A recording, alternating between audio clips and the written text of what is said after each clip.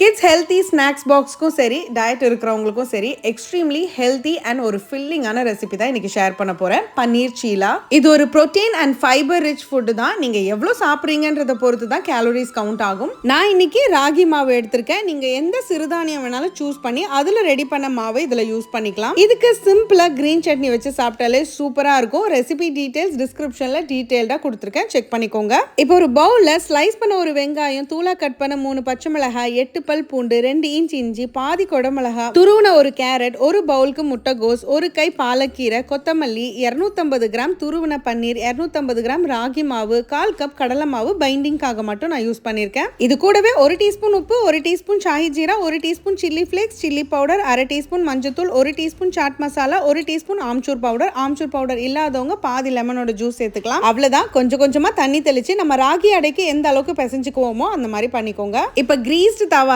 இந்த மாதிரி ஒரு உருண்டையை எடுத்து கையிலேயே அப்படியே ஸ்ப்ரெட் பண்ணிட்டு வாங்க. இதுக்கு 1 டீஸ்பூன் நெய் இல்ல எண்ணெய் எது வேணாலும் யூஸ் பண்ணிக்கலாம். இதுக்கு மேல வெள்ளை எள்ளை கொஞ்சமா தூவிட்டு 2 சைடும் 4 to 5 மினிட்ஸ் குக் பண்ணி எடுத்துக்கோங்க. இது நீங்க பிரேக்ஃபாஸ்ட்க்கு எடுத்துக்கலாம், இல்ல ஈவினிங் பசங்க ஸ்கூல்ல இருந்து வந்ததும் சூடா செஞ்சு கொடுக்கலாம், இல்ல ஸ்கூல் ஸ்நாக்ஸ் பாக்ஸ்க்கு கூட நீங்க பேக் பண்ணி கொடுக்கலாம். சோ கண்டிப்பா இந்த ரெசிபி உங்களுக்கு பிடிச்சிருக்கும்னு நினைக்கிறேன். டயட் ரெசிபி கேட்டவங்க எல்லாம் கமெண்ட்ஸ்ல வந்து ஆஜராயிடுங்க. அப்படியே மறக்காம ஸ்டவோட சமைக்கும் போது கொஞ்சம் லவ்வோட சமைச்சிங்கன்னா சுமாரா இருக்கிற சமையல் கூட சூப்பரா இருக்கும். எப்படி